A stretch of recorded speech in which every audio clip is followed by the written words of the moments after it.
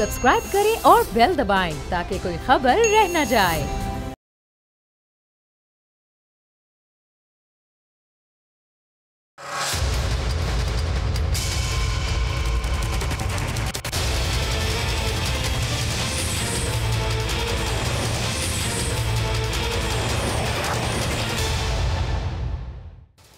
अस्सलाम वालेकुम, आप देख रहे हैं प्रोग्राम बस बहुत हो गया। मैं हूं अरबाब जहांगीर। 5 जनवरी 1949 वो दिन था जब अक़वाम मुत्तहिदा ने तस्लीम किया था कि मसला कश्मीर का वाहिद हल गैर जानिबदाराना और आज़ादाना इस्तिस्वाब राय है, जिसमें कश्मीर की आवाम को ये आज़ादी दी जाए कि वो बगैर किसी दबाव के अपनी मर्जी से अपने मुस्तकबिल का फैसला कर सकें। 72 साल गुजर गए लेकिन अक़वाम मुत्तहिदा अपनी करारदाद पर आज तक अमल नहीं करवा सका। वक्त गुजरता गया और भारत का कश्मीर में जुल्म बढ़ता गया और 70 साल बाद तो जैसे कश्मीरियों पर जुल्म का पहाड़ ही टूट गया जब 5 अगस्त 2019 को भारत ने कश्मीर की खुसूसी हैसियत को खत्म करते हुए उनसे उनके तमाम हुकूक छीन लिए। मकबूजा कश्मीर में भारत के लगाए गए जबरी लॉकडाउन को 1 साल से ज्यादा का अरसा गुजर चुका है। भारत के कब्जे में मकबूजा कश्मीर इस वक्त दुनिया की सबसे बड़ी जेल बना हुआ है और वहां लॉकडाउन, कर्फ्यू, तालीमी इदारों और मवासलात की बंदिश का सिलसिला अब भी जारी है। भारत ने मकबूजा जम्मू और कश्मीर में 5 अगस्त 2019 को तहरीक आज़ादी को दबाने की नाकाम कोशिश करते हुए कानून में तब्दीली की और कश्मीरियों पर जुल्म और सितम के नए दौर का आगाज किया। वैसे तो कश्मीरियों पर जुल्म और सितम बरसों पहले शुरू हुआ, मगर इन सब के बावजूद कश्मीरियों की सदाए हुर्रियत बरसों से गूंज रही है। 5 अगस्त 2019 भारत ने आर्टिकल 370 और 35A को खत्म करके कश्मीर को तकसीम करने का फॉर्मूला पेश किया और करारदाद अक्सरियत की बुनियाद पर मंजूर करवा ली गई। मोदी सरकार ने मकबूजा वादी को 2 हिस्सों में तकसीम करते हुए वादी जम्मू और कश्मीर को लद्दाख से अलग करने का भी फैसला किया। लद्दाख को विफाक के ज़ेर इंतजाम इलाका करार दिया गया जहां कोई असम्बली नहीं होगी। भारतीय हुकूमत ने 5 अगस्त के इक़दाम से 2 रोज़ कबल दहशतगर्दी के खतरे से खबरदार करते हुए तमाम गैर मुल्की और मुल्की सयाहों को जम्मू और कश्मीर छोड़ने की हिदायत की और साथ ही 10,000 इजाफी फौज भी वादी में भेज दी, जबकि मजीद 25,000 नफरी को भी तलब किया गया। वज़ीर आज़म इमरान खान ने 27 सितंबर 2019 को अक़वाम मुत्तहिदा की जनरल असम्बली से खिताब में मकबूजा जम्मू और कश्मीर का मुकदमा भरपूर अंदाज में पूरी दुनिया के सामने पेश किया और आलमी बरादरी को खबरदार किया गया कि भारत कर्फ्यू हटा दे, तमाम सियासी कैदियों और नौजवानों को रिहा कर दे, आलमी बरादरी कश्मीर को हर सूरत हक़ खुद इरादियत दिलाए। इस खिताब के बाद वज़ीर आज़म ने खुद को कश्मीर का सफ़ीर कहा।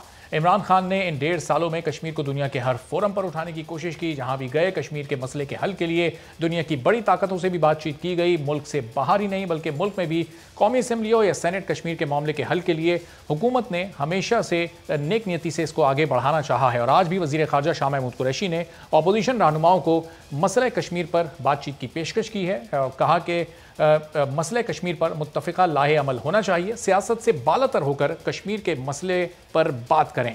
अपोजिशन के सीनियर रहनुमाओं शरीर रहमान, नवीद कमर, मुशाहिद हुसैन से उन्होंने कहा कि आए बैठे बात करें, सियासी मसलियतों से आज़ाद होकर कश्मीर के लिए गुंजाइश पैदा करें। क्या 72 साल में नून लीग और पीपल्स पार्टी को मौका नहीं मिला? कश्मीर का मसला उजागर करने के लिए मौलाना फजलुर रहमान जितना तवील मौका किसी पार्लियामेंटेरियन को आज तक नहीं मिला। वज़ीर आज़म की ज़ेर सदारत काबीना का भी अहम इजलास हुआ जिसमें वज़ीर आज़म ने शेख रशीद से बाद में मुलाकात करते हुए कहा कि 19 जनवरी को इलेक्शन कमीशन के बाहर जब अपोजिशन एहतजाज करे उसको ना रोका जाए, ओपन प्लेइंग फील्ड अपोजिशन को फराहम की जाए। इस पूरी सूरत हाल पर गुफ्तगू करेंगे। मेहमानों को आपसे तारुफ कराते हैं। राना तनवीर साहब नून लीग के सीनियर रहनुमा हमारे साथ मौजूद हैं। रुबीना कायम खानी साहबा पीपल्स पार्टी की रहनुमा हमारे साथ मौजूद हैं। गुफ्तगू का आगाज़ करते हैं। आगे चलकर सदाकत अब्बासी साहब भी हमें ज्वाइन करेंगे। तो राना तनवीर साहब, शाह महमूद साहब कह रहे थे कि आपको भी अपनी हुकूमत में मौका मिला, पीपल्स पार्टी की हुकूमत को भी मौका मिला है कश्मीर का मामला हल करने का, मसले को सुलझाने का, लेकिन माजी की भी कोई हुकूमत कामयाब नहीं हो सकी। तो इन 2.5 सालों में इस हुकूमत के खिलाफ इतनी तनकीद क्यों की जाती है?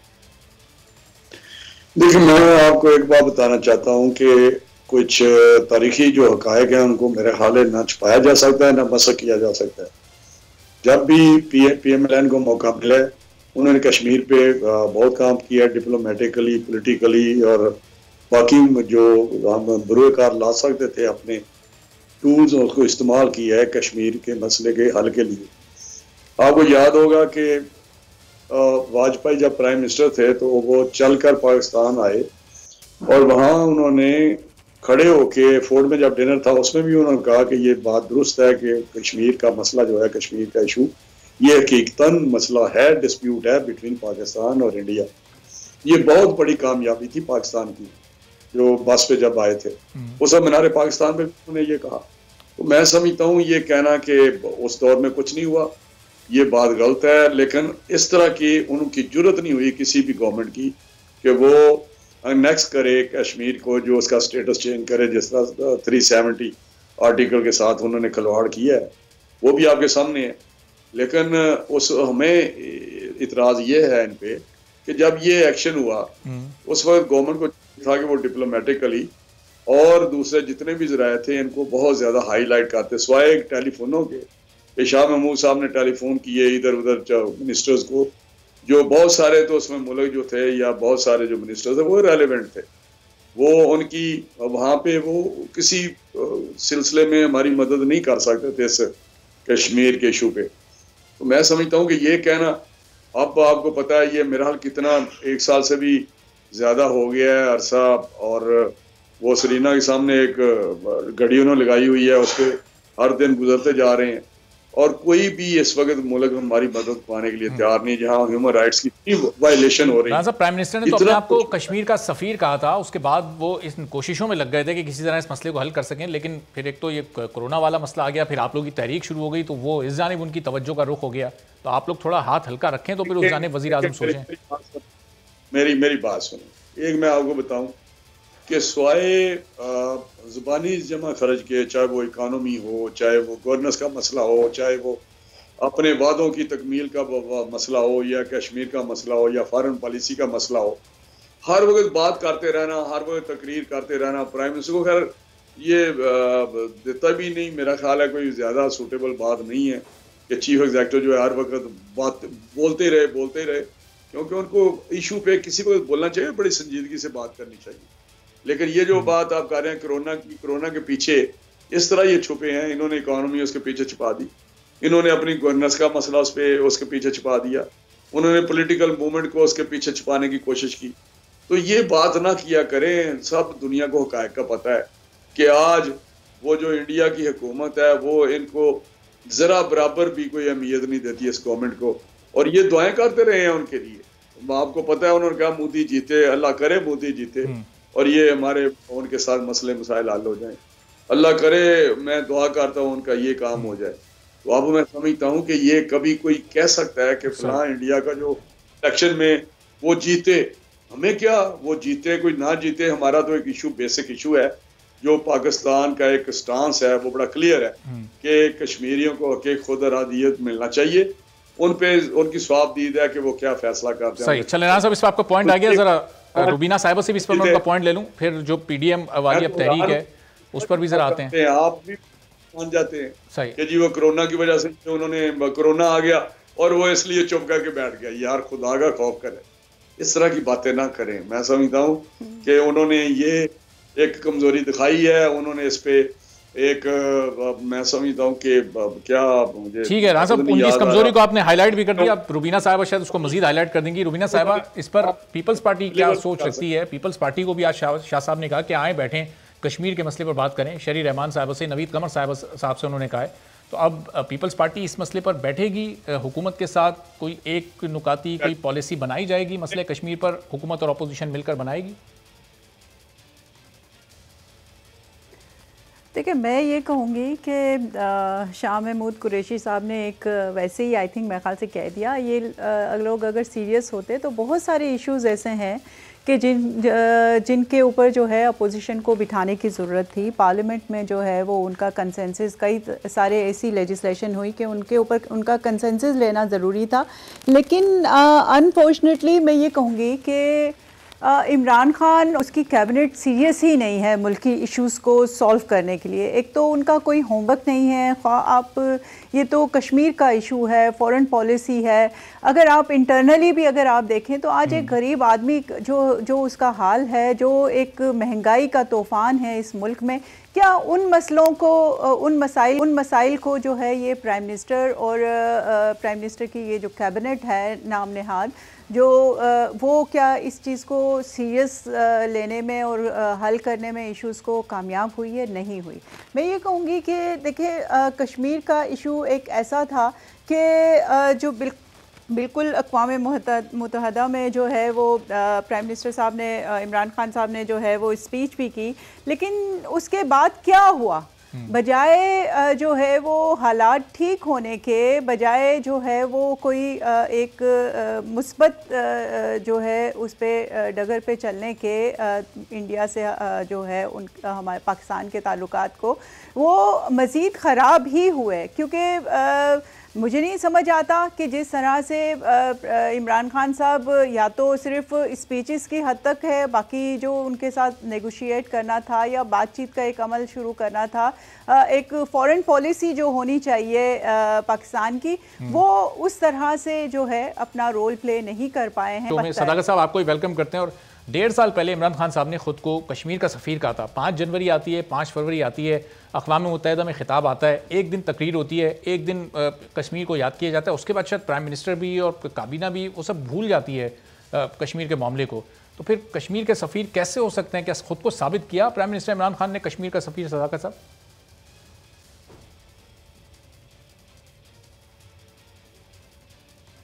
बहुत शुक्रिया। पहले तो जो थोड़ी सी बात डिस्कशन चल रही थी कि इस गवर्नमेंट ने क्या किया, आपके पिछले 30 साल में कोई डैम नहीं बना, इस गवर्नमेंट ने 2 डैम्स पे काम शुरू किया। आपके पिछले 10 साल में करंट अकाउंट के खसारे बढ़ते गए और कर्ज़े चढ़ते गए। इस हुकूमत ने वो करंट अकाउंट का खसारा ख़त्म किया और बैरूनी कर्जा चढ़ना बंद हो गया, अब सरप्लस हो गया। आपका टेक्सटाइल डूब गया था, इस हुकूमत की वजह से टेक्सटाइल की जो वर्कर्स हैं उनकी शॉर्टेज हो गई है और आज स्किल्ड वर्कर नहीं मिल रहा। और अगर मुझे कहेंगी तो कोई पनामा नहीं निकला, कोई लंदन फ्लैट नहीं निकले, कोई सरे महल नहीं निकले।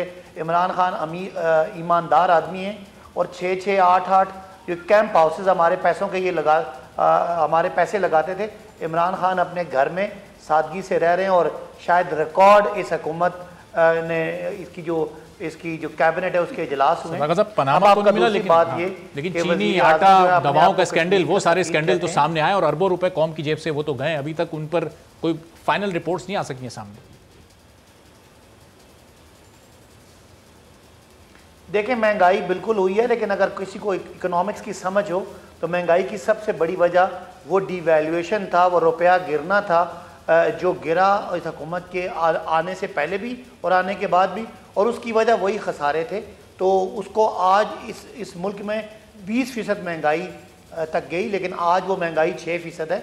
इस महीने में 2 साल की कम महंगाई हुई है, तो वो हुकूमत ने कंट्रोल कर लिया। ज़ाहिर है आटा चीनी का मसला था, मैं इनकार नहीं करता, लेकिन उन मसाइल पे काबू पाया है। आज आप इस हफ्तावार जो महंगाई है इस हफ्ते की, वो 2 साल से कम तरीन महंगाई की शरह है। और ये माजी में भी जब डिवैल्यूएशन होती थी तो महंगाई आती थी। बहरहाल आपका सवाल है कश्मीर वाला, तो वजीर आजम ने पहली दफ़ा तो यहाँ लोग डरते थे, बात नहीं करते थे, कश्मीर का नाम नहीं लेते थे। वो तो इस हद तक के हमारे एक जासूस पकड़ा था, उस कलभूषण का नाम नहीं लेते थे। तो वजीर आजम ने आके पॉलिसी को चेंज किया और एग्रेसिव तरीके से, चाहे वो यूनाइटेड नेशन हो, चाहे वो जनरल असम्बली हो, चाहे वो दीगर फोरम हो, वहाँ पर जाके बात की। और बात तो ज़ाहिर है वज़ीर आज़म करते हैं, बाकी डिप्लोमेसी चलती है। और आज इंडिया उस जगह पे है जब आज से 5 साल पहले या 4 साल पहले पाकिस्तान होता था। इंडिया डिफेंसिव पे है, पाकिस्तान एग्रेसिव पे है। पाकिस्तान इस वक्त दुनिया में पीस मेकर के तौर पे कॉन्फ्लिक्ट रिजॉल्व करने का दौर है। इस वक्त अगर अफगानिस्तान में पाकिस्तान रोल प्ले कर रहा है, इससे पहले तो ये हमारे जितने लीडरान थे ये डू मोर की वहाँ पे डांट खा के आ जाते थे कि डू मोर, और कभी कभी कोई कहते थे कि हाँ हमें अपना घर ठीक करना है, we have to keep our own house in order.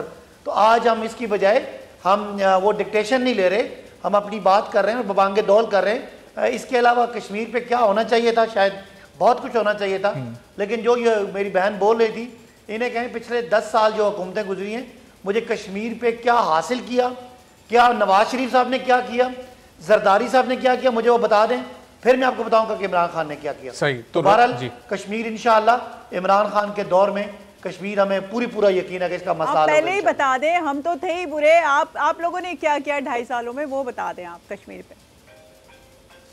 इन्होंने कश्मीर दिया है हिंदुस्तान को। जो बुरा होता है फिर वो अच्छे को देखता है, उसको काम करने देता है। अगर आपने मान ही लिया आप बुरे थे तो फिर हमें करने दें, हम इंशाल्लाह अच्छा करके दिखाएंगे आपको। सही, चलें राना साहब। अच्छा हुआ आपने मान लिया। राना साहब, सदाकत साहब तो बड़ी संजीदा गुफ्तगू कर रहे थे, आप मुस्तकिल मुस्कुरा रहे थे, हंस रहे थे, तो क्या वजह है इस हंसी और मुस्कुराहट? इसलिए मुस्कुराता हूँ कि ये वो बात करते हैं जो कहते हैं कि जो हकायक इनको इकोनॉमिक्स का ABC नहीं पता है इनको। मैं आपको बता रहा हूँ, ये रूटीन की बातें करते हैं, कहते हैं अगर किसी को इकोनॉमिक्स का पता हो इनको मैं बताता हूँ, मैंने मास्टर किया इकोनॉमिक्स में, मैं इनको बेसिक बताता हूँ इकोनॉमिक्स। सदाकत साहब तो इकोनॉमिक्स पढ़ाते रहे, सदाकत साहब तो पढ़ाते रहे इकोनॉमिक्स। क्या किया आप डिग्रियों में ना जाएं। डिग्री है, मैंने एमफिल किया हुआ है। डिग्री आप मुझे पता, सारी जाली डिग्री आप लेके बैठे हुए हैं। मेरी बात सुन लें। ये तो कोई बात नहीं, आप ये ना कहना कि ABC नहीं आती। मैं हूँ, पहले कोई इतराज होगा तो उस पर कर ले। राणा साहब इस तरह का इल्जाम ना लगाए ना, आप मुझे चैलेंज करें, मैं टॉपर हूँ अपनी यूनिवर्सिटी का। यार तुम्हारी शक्ल से ही लगता है सदाकत कि तुम बड़े टॉपर हो, मैं मानता हूँ, क्योंकि लगता है तुम पढ़े लिखे हो। मैं गुजारिश ये है कि मैं एक बात आपको बताऊं कि कुछ मैं चीजें बताने लगा हूँ, ये कश्मीर से हट के चले गए। जाली डिग्री की तरह ना बात करें, आप भाई हैं बड़े। अच्छा चले ठीक है, मैं जाली डिग्री नहीं, आप ठीक ठाक है, मैंने तो वैसे ही बात कर दी है, आप उसको लाइटली ले ले। क्या बात है, लोग नहीं मानेंगे मेरी बात, आप फिक्र ना करें। आप टीवी पे ठीक ठाक आके करते हैं प्रोग्राम। मेरी बात तो सुने जी कि मैं आपको बताता हूं कि जो ये बात ले गए अपनी गवर्नेंस की तरफ ले गए, कारकर्दगी की तरफ ले गया, कश्मीर पे बात कर रहे थे जी जी, वो एक बड़ी संजीदा बात है। कश्मीर इशू कभी डेड नहीं हुआ। आज कश्मीर जो अनेक्स हो गया है उसके बाद जो एफर्ट्स है वो आपके सामने है, कोई कहने की बात नहीं है। कहने से, शोर करने से क्या हुआ, वाजपेयी ने आगे क्या किया, यहाँ क्या माना, कहाँ तक हम पहुंचे थे, कहाँ तक कश्मीर का सोल्यूशन निकल रहा था, ये सब एक तारीख है। बैकडोर डिप्लोमेसी थी, उसमें क्या हो रहा था, ये लंबी बातें हैं। लेकिन जो इन्होंने बात की है, परफॉर्मेंस की अपनी, मैं आपको बताता हूँ, जो एक करंट अकाउंट का इन्होंने बड़ा शोर किया हुआ है। अगर तो एक्सपोर्ट बढ़ने से, बढ़ाने से आपकी होती करंट अकाउंट बेहतर होता। आपने इंपोर्ट्स कर्व की, आपने इंपोर्ट्स कर्व करने से जो इकोनॉमिक एक्टिविटी थी वो स्लो हुई। ये मैं रिकॉर्ड की बात कर रहा हूँ, ये हिस्ट्री की मैं तारीख बयान कर रहा हूँ, जो माशी तारीख है। तो उससे करंट अकाउंट आपने वो काम किया है जो बड़े ही नेगेटिव, इसको हेल्दी आप नहीं कह सकते। हेल्दी ये है कि अगर एक्सपोर्ट से इंपोर्ट से बढ़ती, इंपोर्ट भी लिबरल होती और एक्सपोर्ट हमारी इतनी होती कि करंट अकाउंट हमारा बेहतर हो जाता। अगर आप इंपोर्ट बंद कर दें और यहाँ से आप एक्सपोर्ट जितनी भी करेंगे वो सरप्लस ही होगा। दूसरी बात इन्होंने की महंगाई की। महंगाई इस तरह के ये 20% पे गए, ये प्रॉफिट में, जैसा नहीं कहते प्रॉफिट में नुकसान हो गया कि भाई आप आज देखें 2 साल पहले प्राइसेस की क्या थी, आज क्या है।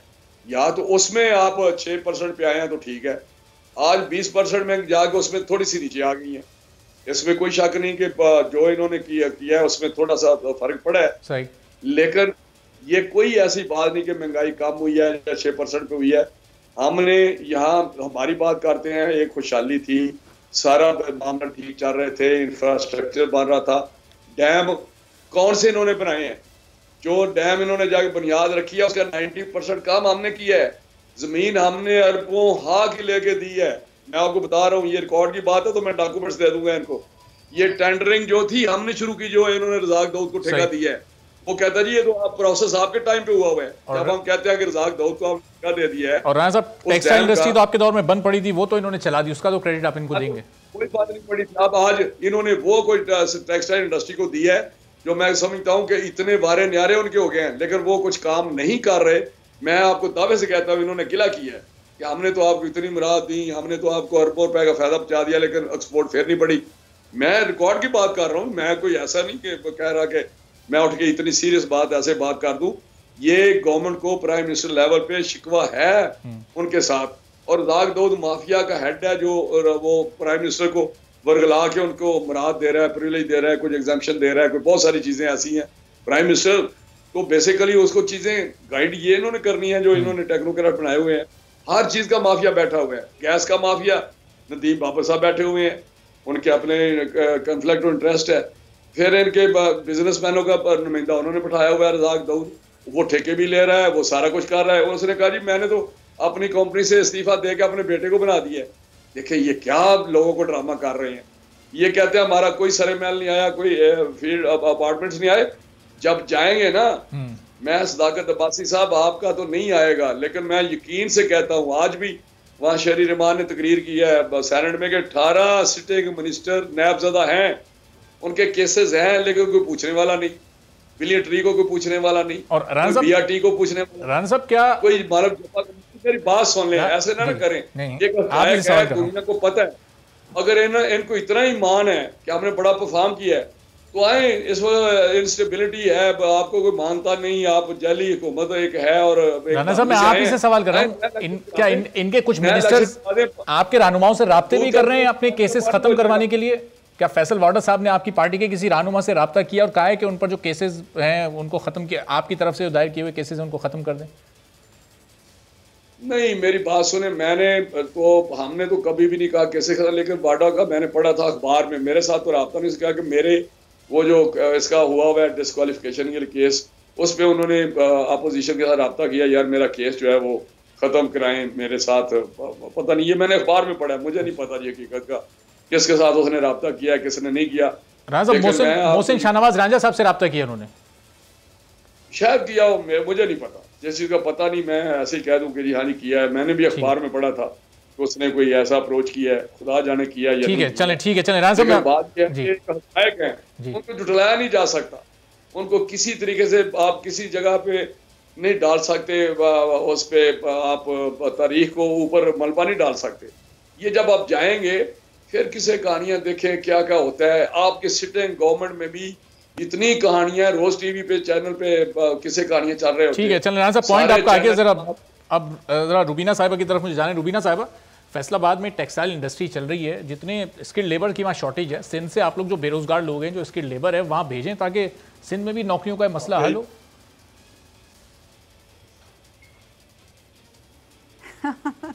हाँ बिल्कुल, पाकिस्तान पीपल्स पार्टी ही हमेशा जो है वो बेरोज़गार नौजवानों को, और ख़्वाह वो टेक्सटाइल हो या कोई भी इदारे हो, तो हमने ही भर्तियां करनी होती हैं और इंशाल्लाह ये भी क्रेडिट हम ही लेंगे।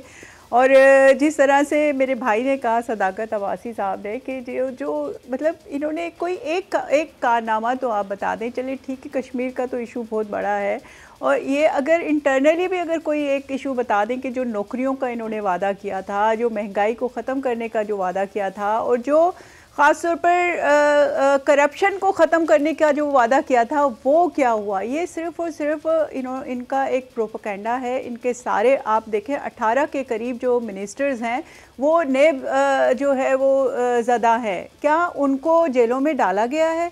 क्या उनसे कोई पूछ-गुछ हुई है? क्या उनको वजारतों से हटाया गया है? नहीं हटाया गया। आज अगर हम माला जब्बा केस की बात करते हैं या BRT की बात करते हैं या जहांगीर तरीन के जो है वो शुगर माफिया के ख़िलाफ़ बात करते हैं, तो जवाब इनकी तरफ से सिर्फ और सिर्फ सिफर आता है। रुबीना साहब रुकिएगा, एक ब्रेक यहाँ पर लेते हैं। ब्रेक के बाद जब वापस आएंगे तो फिर सदाकत अब्बासी साहब से मैं जो आपने इतनी लंबी चार्जशीट पेश की है इसके जवाबात लूँगा, चूँकि बहुत सारे नुक्ते आपने और राना साहब ने उठाए, इस पर बात होगी एक ब्रेक के बाद।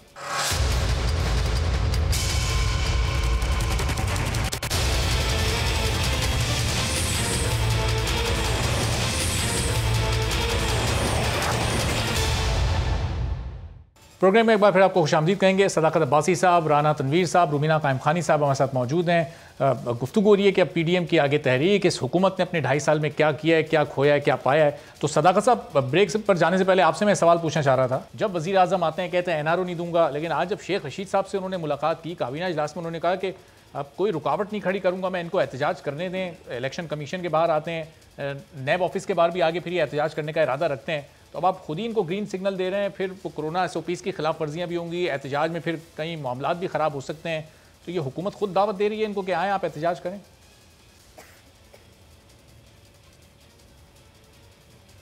अरबाब, 2-3 बातें। एक तो राना तनवीर साहब ने कहा कि जी हमने जो करंट अकाउंट का खसारा कम किया वो इंपोर्ट कम करके किया, एक्सपोर्ट नहीं किया। तो राना साहब, मेरा आपको ये खुला चैलेंज है, दिसंबर 2020 की जो एक्सपोर्ट हैं 2.3.5 अरब, 2 अरब 35 करोड़ डॉलर की पाकिस्तान की तारीख में कभी किसी दिसंबर में इतनी ज़्यादा एक्सपोर्ट नहीं हुई। तो मेरे भाई ये रिकॉर्ड चेक कर लें। मेरी बहन कह रही है कि आपने क्या किया। जिस तरह इमरान खान ने कोविड मैनेज किया, पूरी दुनिया हैरान और परेशान है कि पाकिस्तान ने क्या, वो किस तरह के जहन है कि पूरी दुनिया को दिखाया। फिर शायद पाकिस्तान की तारीख में 144 अरब रुपया गरीब लोगों में तकसीम किया और बिला किसी सियासत के, सुन लेना मेरी बहन, सुन लें, बगैर किसी तफरीक और तकसीम के आप तो पार्टी को क्रेडिट जाता है बेनजीर इनकम सपोर्ट की सूरत में। आपने वो जो है वो पैसे सुन लेना सुन लें, आपने बात की, मैंने आपकी सुनी है ना, आपने सवाल किया, मेरा जवाब सुने। अब मेरा जवाब सुने। 144 अरब शायद इमरान खान के अलावा किसी के नसीब में नहीं है। आपने तो सिंध में जो राशन तकसीम किया वो भी कहीं आगे पीछे गायब हो गया। तो ये बात ना करें। आपने कहा कि क्या आपके पास है अचीवमेंट कि आपने एंटी करप्शन की बात की है, तो सुन लें, ये फिगर नोट करें।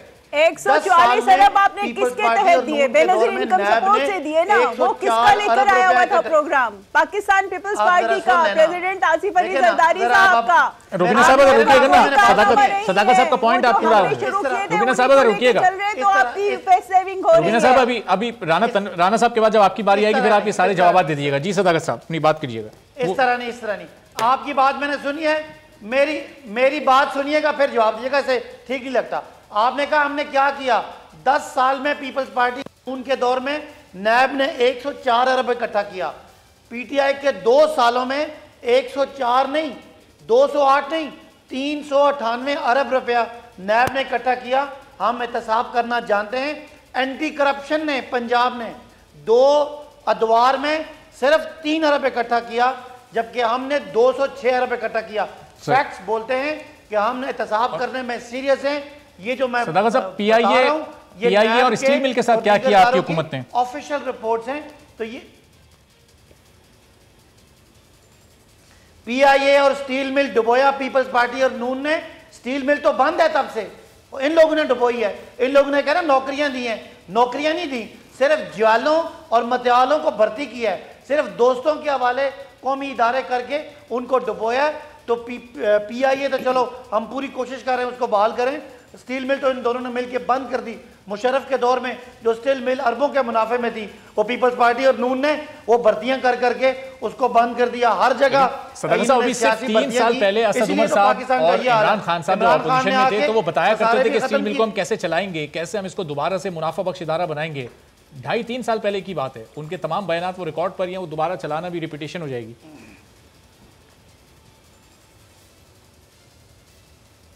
नहीं, आप ठीक कह रहे हैं। इस वक्त इतने ज़्यादा, जैसे इमरान खान साहब भी कहते हैं, हमें जब आए हैं तो पता चला कि हर जगह पे खांचे लगे हुए हैं। पाकिस्तान के पास इतने कर्ज़ों की किस्तें हैं कि सारे पैसे जो है वो आधा कर्जा नहीं वापस कर सकते। इसीलिए कौम को महंगाई भी देखना पड़ी, इसीलिए ग्रोथ भी रुकी, हमने खर्चे रोके और पाकिस्तान को पटरी पे चढ़ाया। वरना ये तो बिल्कुल खुदा ना खास्ता पाकिस्तान को दिवालिया करके चले गए थे। तो आज अल्लाह के फजल से पाकिस्तान महफूज भी है, ग्रोथ की भी एक्सपेक्टेशन है। आपका इंडस्ट्रियल सेक्टर, लार्ज जो स्केल मैन्युफैक्चरिंग है वो भी ग्रो कर रहा है। आपका हमारा जो तामीराती सेक्टर है, जो कंस्ट्रक्शन इंडस्ट्री है, वो भी ग्रो करी है। और साथ साथ करप्ट लोगों के, करप्ट पार्टियों के साए भी इस मुल्क से छट रहे हैं। इंशाल्लाह ईमानदार हुक्मरान है, पाकिस्तान तरक्की भी करेगा और पाकिस्तान में ईमानदारी को फ़रोग भी मिलेगा। और ये लोग सिर्फ अपने केस अब यहाँ से भाग के अपनी जो प्रॉपर्टीज़ हैं जो इनकी लूट मार की हैं उनको बचाते हुए नजर आ रहे हैं। इसलिए लाहौर का जलसा फ्लॉप हुआ, इसलिए पेशावर का जलसा फ्लॉप हुआ। लोग समझते हैं ये सिर्फ केसों से नजात चाहते हैं, ये एनआरओ चाहते हैं। इनको कोई कौम का ना दुख दर्द है, ना इनका कोई कौमी इशू है। सही। तो राना साहब, ये 2 दिन से सेनेट का इजलास चल रहा है। आप लोग नैब को एक इंतकामी इदारा करार देते हैं, उसकी कार्रवाइयों को, उसके एक्शंस को कहते हैं इंतकामी कार्रवाई, सिर्फ अपोजिशन के खिलाफ कर रहा है।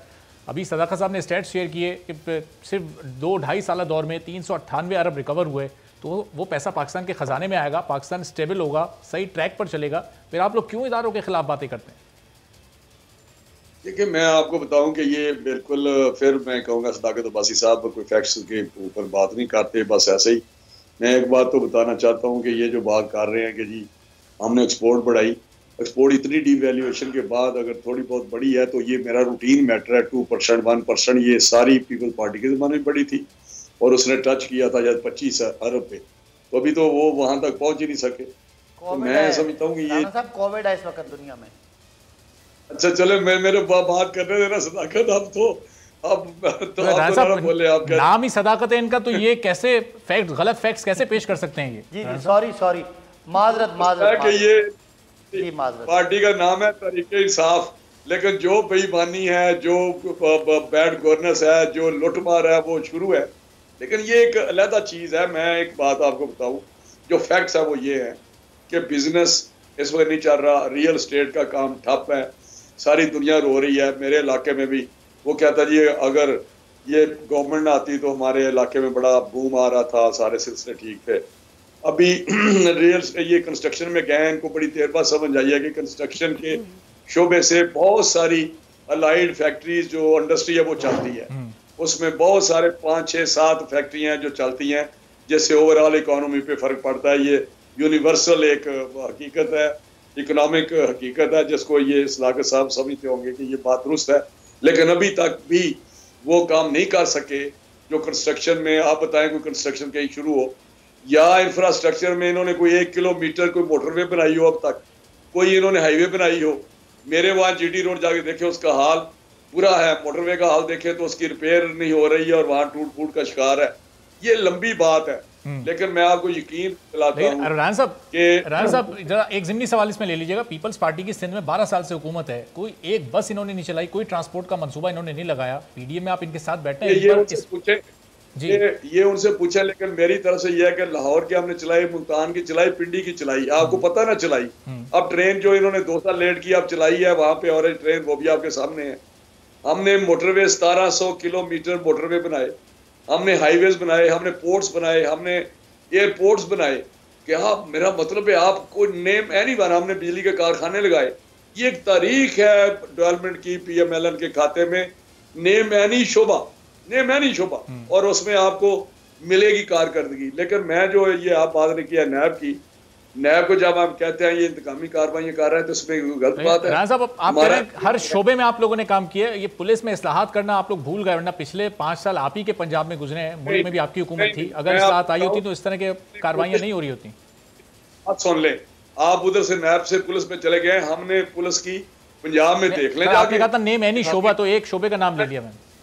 बात सुने ना, हमारे जमाने में कोई ऐसा केस बताएं जिसको हुआ हो तो कैफरे करदार चीफ मिनिस्टर 1 सेकंड में मॉडल टाउन का वाकया तो हर एक की ज़बान। मॉडल टाउन का वाकया, आप एक टाउन का वाकया लेके उसके पीछे हकायक बड़े लंबे हैं, वो ऐसे ही हमारे पॉलिटिकल उसको बना के हमें मलबा हम पे डालने की कोशिश की गई, वो भी एक साजिश थी। लेकिन मैं आपको बता रहा हूँ कि ये जो नैब का किस्सा है, इन्होंने कहा, आपने कहा जी सेनेट में आपने इजलास बनाया, सेनेट का इंतकामी कार्रवाइयों को कर रहे हैं, इसलिए हमारे पास ये बड़ा स्ट्रॉन्ग आर्गूमेंट है कि हमारा मुतालबा क्या है। एक ट्रांसपेरेंट इंसाफ होना चाहिए, इंसाफ पे मुबनी होना चाहिए और क्रॉस द बोर्ड होना चाहिए। क्रॉस द बोर्ड अगर है तो हम हाजिर हैं। बिल्कुल सप्तान खान पे अभी रेफरेंस बनाया, सूबाई वजीर थे पंजाब के, तो क्रॉस द बोर्ड कार्रवाई नहीं है। दिखावे के लिए अलीम शाह और सप्तान बेचारे को महीने बाद अलीम खान जेल में था ना, मैं आपको हरफन कहता हूँ, शाम को घर चला जाता, सुबह आ जाता था। ये क्या बात आप कर रहे हैं? उसको तो खुली छुट्टी थी जेल से, वो तो एक ड्रामा रचाया हुआ था। मैं आपको बता रहा हूँ, रिकॉर्ड टीवी पे बता रहा हूँ। यार ये क्या बात आप, हमारे तो वहाँ शहबाज शरीफ साहब को इतनी सर्दी में हीटर भी नहीं दिया गया। मैं ये क्या चेक कर ले वहां जाके, उसकी कमर में दर्द है, उसके बेशुमार उसके अलीम खान जब कैद में थे तो वो जेल में नहीं रहते थे, वो अपने घर चले जाते थे, ये कह रहे हैं। मैं कह रहा हूँ आपको, कमाल करते हैं। मुझे पता है सारी बातों का कि क्या क्या सप्तान साहब थोड़ी देर आ गए और बाहर आ गए, आप ऐसे ही बस चल रहा है किस्सा। ये बेचारे 2 पकड़ के छोटे छोटे यहाँ के जो बैठे हुए 18 मगरमच्छ, उनको क्यों नहीं पकड़ते? ये नैब जिसकी राना साहब बात कर रहे हैं, ये इनके अपने 10 साल दौर में रहा है। ये तकरीबन जो केसेस एक दूसरे पे बनाए, ये इन सब के बने। हमने तो सिर्फ ये किया कि उनको चलने दिया। और ये कह देना कि अलीम खान जो है उन पे जेल नरम थी और सप्तान खान को जेल वैसे ही होगी और बाकियों को ज़्यादा होगी, तो ये तो बातें, उससे तो नवाज शरीफ साहब करप्ट साबित हुए हैं, लेकिन हमारे ही दौर में वो लंदन की सड़कों पे पिज्ज़ा खाते फिर रहे हैं और कॉफ़ियाँ पीते फिर रहे हैं। वो तो इस तरह तो अपने अपने केसेस हैं और अपने अपने मामलात हैं। मेरा ख्याल है इसको, इस पाकिस्तान के अदालती निज़ाम को वो पार्टी जिसने 40 साल यहाँ हुक्मरानी की है वो ना बात करे। रही बात सिंध की, तो सिंध में क्या निज़ाम, कराची ने डुबो दिया, 13 साल हो गए इनको कराची में। आज इमरान खान की गवर्नमेंट 50 से 60 फायर टेंडर इनको दे रही है। वहाँ ना कोई एम्बुलेंस का निज़ाम है, ना कोई फायर ब्रिगेड का निज़ाम है, ना कोई पब्लिक ट्रांसपोर्ट का निज़ाम है। सड़कें टूटी हुई हैं, नालों पे कब्जे हैं, सुप्रीम कोर्ट को आके कब्जे हटाने पड़ते हैं, बारिश हो तो कराची डूब जाता है। तो ये क्या ये पीडीएम की कारकर्दगी है 13 साल की। और राना साहब मोटरवे बार बार गिना रहे हैं, ये मोटरवे 40 साल में बनी है, और ये मोटरवे ना बनती ना तो लंदन फ्लैट कमीशन में ना आते, सही। ये मोटर पे ना बनती, तो पनामा में जितनी हिल मेटल और अजीजिया और दूसरी फैक्ट्रियां वो ना आती। वो इसी कमीशन का जरिया है। हमारे 40 महीने, आपके 40 साल हैं और हमारे अभी 30 महीने। इंशाअल्लाह तरक्की भी होगी, शफाफियत भी होगी और एहतसाब भी होगा। जिस जिसने लूटा है, चाहे वो सदाकत पॉइंट आपका आ गया, चाहे वो पीडीएम में, खत्म हो गया। बहुत शुक्रिया, बहुत शुक्रिया सदाकत अब्बासी साहब, राना तनवीर साहब, रुबीना कायम खानी मौजूद गुफ्तगू हो रही थी और एक ब्रेक लेते हैं। ब्रेक के बाद जब वापस आएंगे तो इस्लामाबाद और कराची में पुलिस गर्दी के वाकयात पेश आए हैं। पुलिस ने बेगुनाह और निहत्ते नौजवानों को निशाना बनाया, दोनों नौजवान अपनी जान से गए। इस पर गुफ्तगू होगी एक ब्रेक के बाद।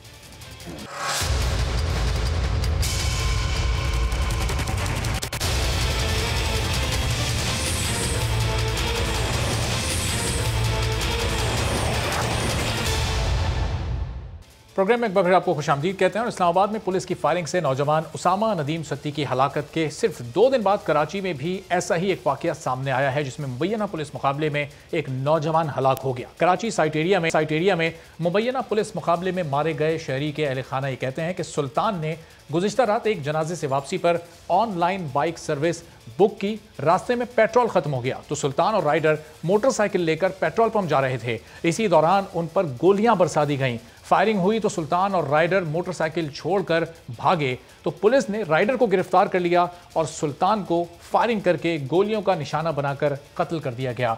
पुलिस ने मुबैना पुलिस मुकाबले में मुलव्विस एहलकारों के खिलाफ कत्ल और दहशतगर्दी की दफात शामिल कर ली हैं। उन पर मुकदमा दर्ज कर लिया गया है। केस की कार्रवाई तहकीक बाकायदा तौर पर आगाज़ कर दिया गया है। किस तरह वाक़या पेश आया, क्यों ऐसे वाक़यात मुल्क भर में बार बार पेश आ रहे हैं और पुलिस की क्या ट्रेनिंग की ज़रूरत है, किस तरह से पुलिस इन बेगुनाहों को, निहत्ते लोगों पर गोलियां सिर्फ शक की बुनियाद पर बरसा देती है, इस पर गुफ्तगू करते हैं। शुएब बरनी, डिप्टी ब्यूरो चीफ बोल न्यूज़ के इस वक्त हमारे साथ मौजूद हैं। शुएब, ये जो कराची में वाक़या पेश आया, ये पुलिस ने सिर्फ शक की बुनियाद पर गोलियां बरसा दी, जो पुलिस एहलकार गिरफ्तार हुए जिन पर मुकदमा दर्ज हुआ, अब उनका क्या बयान सामने आया और ये वाक़या हुआ कैसे, ज़रा आप बताइएगा। जी देखें अरबाब, ये साइट एरिया के इलाके में हबीब बैंक चौरंगी के करीब 3 जनवरी की रात का वाक़या है कि साइट एरिया में जो नौजवान है सुल्तान, इसको गोलियां मार के पुलिस मुकाबले के दौरान इसकी हलाकत ज़ाहिर की गई। अहले खाना को, वर्सा को पहले नहीं पता था। इस नौजवान का ताल्लुक़ हुंजा से है, गिलगित में, और ये वहाँ से कराची में आया था और यहाँ पे ये BA का स्टूडेंट था और अकेला ही रिहाइश पजीर था। इसके वालिदैन या इसके भाई बहन कराची में नहीं रिहाइश पजीर। इसके कज़न्स को जब इस वाक़ये का TV के ज़रिए पता चला तो अगले दिन पुलिस स्टेशन पहुँचे तो उनको बताया गया कि ये जो सुल्तान नज़ीर है ये दहशतगर्द था और ये पुलिस मुकाबले के दौरान मारा गया है और थाना साइट 1 ही पुलिस ने ये इनकाउंटर किया है जिसके दौरान ये मारा गया है। पुलिस ने ये मौक़िफ़ लिया था कि मुल्ज़िमान जो है मोटरसाइकिल पे सवार थे और ये दहशतगर्दी में मुलव्विस थे जिनसे मुकाबला हुआ। लेकिन फिर बाद में जब वर्सा के अहले खाना ने वहाँ पे रिकॉर्ड सामने लाए कि ये मोटरसाइकिल चलाना भी नहीं जानता था और ये उस वक्त बाइकिया जो ऑनलाइन मोटरसाइकिल सर्विस है उस पर राइडिंग कर रहा था, तो इन्होंने जब प्रूफ दिया तो उसके बाद फिर पुलिस ने बहुत सारी चीज़ों पे तहकीकात करी और फिर इस वाक़ये का मुकदमा अहले खाना की मुद्दईयत में, यानी ये जो नौजवान हलाक हुआ है इसके चचाजाद भाई की मुद्दईयत जिनका नाम सलीम है, उनकी मुद्दईयत में थाना साइट A में दर्ज किया गया। आज सलीम से मेरी बात हुई है जो इस FIR के कंप्लेनेंट हैं, मुद्दई हैं। उनका ये कहना है कि पुलिस उनके साथ ताउन नहीं कर रही, लेकिन क्योंकि लाश की तदफीन का मामला था तो उन्होंने सर्द खाने में 5-6 घंटे अपना प्रोटेस्ट रिकॉर्ड करवाया। मैंने वहाँ जाके उनसे बात करी जहाँ सर्द खाने में उनकी लाश रखी हुई थी। उनके जो कज़न्स हैं उनका ये कहना था कि पुलिस ने हमारे साथ ताउन नहीं करा, पुलिस ने मुकदमा ज़रूर दर्ज कर लिया है। पुलिस ये कहती है कि 2 पुलिस एहलकारों को इस वाक़ये में गिरफ़्तार किया गया है लेकिन उनको ना लॉकअप में रखा गया और ना ही उनसे अभी तक कोई तफ्तीश हुई है। इस मामले पे हमने पुलिस हुक्काम का जब मौक़िफ़ लिया जो कि SSP वेस्ट हैं, SP बल्दिया टाउन हैं, तो उनका ये कहना है कि इस वाक़ये पे SP बल्दिया की सरबराही में एक तहकीकाती कमेटी बनाई गई है जो फैक्ट फाइंडिंग कमेटी होगी और जाए वक़ुआ के अतराफ में लगे हुए CCTV कैमरास की फुटेजेस हासिल करेंगे, देखेंगे कि मामला क्या अभी हुआ तक है। फायरिंग की वजह पुलिस ने क्या बताई? इन दोनों नौजवानों पर पुलिस की जानिब से फायरिंग क्यों की गई? जब भी बाइकिया या किसी और कंपनी का कोई राइडर होता है तो वो हेलमेट इस्तेमाल करता है और हेलमेट के ऊपर उस कंपनी का लोगो दर्ज होता है, तो क्या पुलिस ने उस लोगो को नहीं देखा नहीं कि ये एक कंपनी का राइडर है, वो किसी राइड को लेकर जा रहा है? किस शक की बुनियाद पर पुलिस ने फायरिंग की? देखिए अरबाब, आपने बिल्कुल सही पॉइंटेशन करी। बेसिकली इस वाक़ये में पुलिस वालों से ये हुआ है कि उनसे मिस जजमेंट हो गई है। वो मोटरसाइकिल पे जो पेट्रोलिंग करते हैं पुलिस एहलकार 3 जनवरी को कराची में 3 पुलिस इनकाउंटर हुए थे। एक पुलिस इनकाउंटर हुआ था नॉर्थ कराची के इलाके में, जहां पे पुलिस एहलकारों ने निहायत बहादुरी के साथ मुकाबला किया था और एक मुलजिम को मारा था। इसके बाद एक इनकाउंटर हुआ था सचल के इलाके में, जहां पे 2 मुलजिमान मारे गए थे और एक ही पुलिस अफसर ने फायर किया था जिसने वारदात होते हुए देखी थी। तो ये उसी दिन तीसरा शहर में होने वाला मुकाबला था। 3 जनवरी की रात को पुलिस एहलकार जो है गालिबन वो मुगालते में आए और उन्होंने इस पे फायरिंग कर दी है। ये क्योंकि 27 साल नौजवान था, मोटरसाइकिल पे वहां से जा रहा था, तो इसको वहां पे फायरिंग करके जब मारा गया तो उसके बाद इसको मुलजिम जाहिर किया गया और इस पे कराची चलिए शोएब, मैं आपकी तरफ वापस आता हूं। जरा आपसे पूछूंगा कि पुलिस को तो ये ट्रेनिंग दी जाती है कि वो टायरों पर फायर करे, वो स्ट्रेट फायर क्यों करती है? क्या उस ट्रेनिंग को बिल्कुल भूल जाती है? सड़कों पर पेट्रोलिंग करते हो? आपकी तरफ वापस आती साहब जो कि उसामा सत्ती के वालिद हैं, वो हमारे साथ मौजूद हैं। तो नदीम साहब, केस की जो तहकीकात, जो तफ्तीश जिस तरह चल रही है, कि आप उससे मुतमईन हैं? जो आपके तमाम मुतालबात थे कि किस तरह से तहकीकात होनी है, उनको माना गया है? आपको कहीं कोई शिकायत तो नहीं है हुकूमत से, इंतजामिया से? सर तहकीकात तो हमारे मुताबिक तो नहीं हो रही हैं। हमने तो हुकूमत से मुतालबा किया था कि हाई कोर्ट के सर्विंग जज के जना उसमें होनी चाहिए, सरबराही में होनी चाहिए, लेकिन हुकूमत ने अपने वादे के 3 दिन गुजरने के बाद अभी तक जना वो ये हमारा ये वादा पूरा नहीं किया। तो इसलिए जना मैं तो जना इसके ऊपर एतमाद नहीं है। अच्छा, और नदीम साहब जो दफात लगाई गई हैं मुकदमे में, जो पुलिस एहलकार जिनको गिरफ्तार किया गया है, उन पर जो दफात, उससे आप मुतमईन हैं? उनको लॉकअप में रखा हुआ है, आप देख कर आए हैं वो वाकई लॉकअप में है? जो जिस तरह कराची में एक वाकया हुआ है कि वो पुलिस वालों को लॉकअप में नहीं रखा हुआ, वही सूरत हाल वहां भी है? जी नदीम साहब जो दफात मुकदमा, इस मुकदमे में जो दफात लगाई गई हैं पुलिस एहलकारों पर जो कि इसमें मुलव्विस थे, जिनको गिरफ्तार किया गया है, उन दफात से, पुलिस की कार्रवाई से आप मुतमईन हैं? वो उससे तो मुतमईन है सर, उससे तो मुतमईन है। जो FIR हुई है वो तो ठीक है, लेकिन जो JIT बनी है उससे मुतमईन नहीं है। तो सरकारी सतह पर कौन कौन आपसे राब्ते में, क्या किसी आला हुकाम में से किसी ने या हुकूमत में से किसी ने आपसे राब्ता किया और आपके मुतालबात जानने की कोशिश की, आपके तहफ़्फ़ुज़ात सुने? सर वज़ीर दाखिला आए थे, 3 दिन पहले आए थे। वो तो उसी दिन आए थे जिस दिन वाक़या हुआ था। उसके बाद जो ना वो आए थे, असद उमर साहब आए थे, जुल्फी बुखारी साहब आए, 2 दफा आए। उसके बाद नदीम साहब इन तमाम लोगों से आपने कहा था जो आप चाहते हैं कि हाई कोर्ट के कोई सर्विंग जज हो जो केस को हेड करे? सबसे कहा है, लेकिन मेरे ख्याल में ये लोग जो ना वो पुलिस के आगे बेख्तियार नहीं। ये लोग पुलिस नदीम साहब वजीर दाखिला के तो अंडर में होती है पुलिस, शेख रशीद साहब वजीर दाखिला है और वो पुलिस के पूरे महकमे को हेड कर रहे हैं। अंडर होती है तो फिर उसके अंडर होती है तो फिर वजीर दाखिला अपनी जिम्मेदारी कबूल करे और जो ना वो मतलब कहे कि जी ये मेरी जिम्मेदारी है, ये मेरा कसूर है। ये तो वजीर दाखिला के अंडर अगर हो तो वो उसकी जिम्मेदारी बनती है ना। बिल्कुल। तो नदीम साहब वजीर दाखिला से या वजीर आजम से इस केस को लेकर आपका मुतालबा है क्या? किस तरह की आप तहकीकात चाहते हैं? एक बार फिर अगर अपना मुतालबा दोहरा दें, शायद उन तक पहुंचे, शायद वो कोई नोटिस लेने पर, एक्शन लेने पर मजबूर हो। उन तक तो मैंने अब नहीं पहुंचाना। मैंने तो आज जो है ना वो चीफ जस्टिस साहब से किया है, जो ना मुतालबा किया है कि 100 मोटर एक्शन लें, क्योंकि सुप्रीम कोर्ट के चीफ जस्टिस साहब ने वो से ऐसे बातों पे जो ना वो 100 मोटर लिया है जो इससे उनकी उसके मुकाबले में ये बहुत संगीन केस है ये। बिल्कुल बिल्कुल चले, क्योंकि उन्होंने 100 मोटर लिया है कराची के नालों के ऊपर के वहाँ पे जाना वो हो गया। बिल्कुल बिल्कुल सफाई नहीं है, नाजायज तजावुजात पर लिया उन्होंने, बहुत सारे तजावुजात पे 100 मोटर लिया था। बिल्कुल।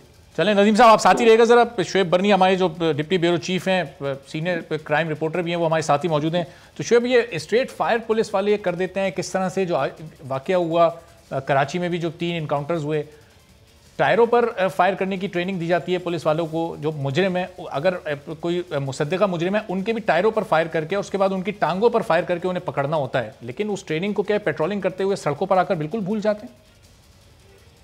देखिए अरबाब, इस सूरत हाल में दोनों वाक़यात होते हैं। उसी दिन जो हमने एक पुलिस मुकाबला देखा जो कि नॉर्थ कराची के इलाके में हुआ, वहाँ पे मुलजिमान ने पुलिस एहलकारों पे भी स्ट्रेट फायर किया है। जवाब में पुलिस एहलकारों ने स्ट्रेट फायर किया। इस चीज़ की निशानदेही CCTV फुटेज देखने के बाद हुई। ऐसी सूरत हाल में तो पुलिस एहलकार अपनी जान का दिफा करते हुए स्ट्रेट फायरी करते हैं, लेकिन जो पुलिस की जो SOPs हैं, जो उनकी तरबियत है, उसमें ये बात ज़रूर शामिल है कि अगर फायर करना ज़रूरी है तो पहले टांग पे या जिस्म के निचले हिस्से पे किया जाए ताकि मुलजिम को ज़ख्मी हालत में गिरफ्तार किया जाए।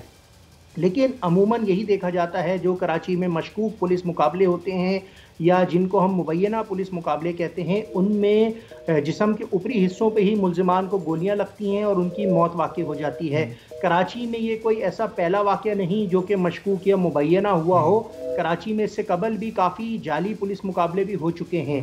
तो इसके हवाले से मुख्तलिफ अदालतों में पटिशन्स भी लगती हैं, केसेस भी चलते हैं।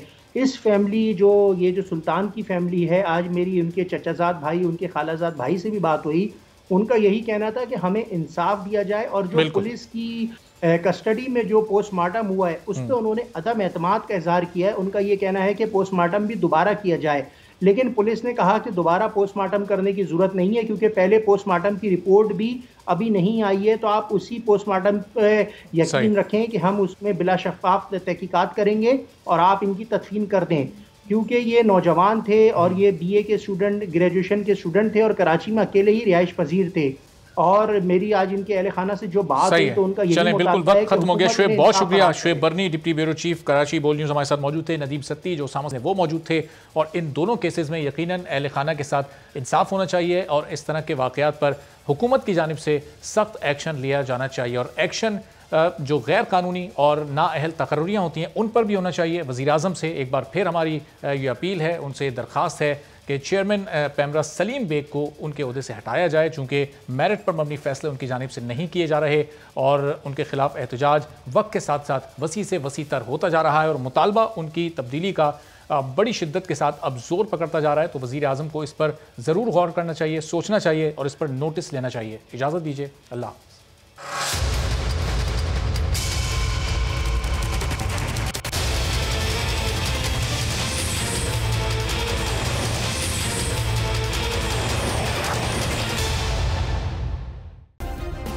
सब्सक्राइब करें और बेल दबाएं ताकि कोई खबर रह न जाए।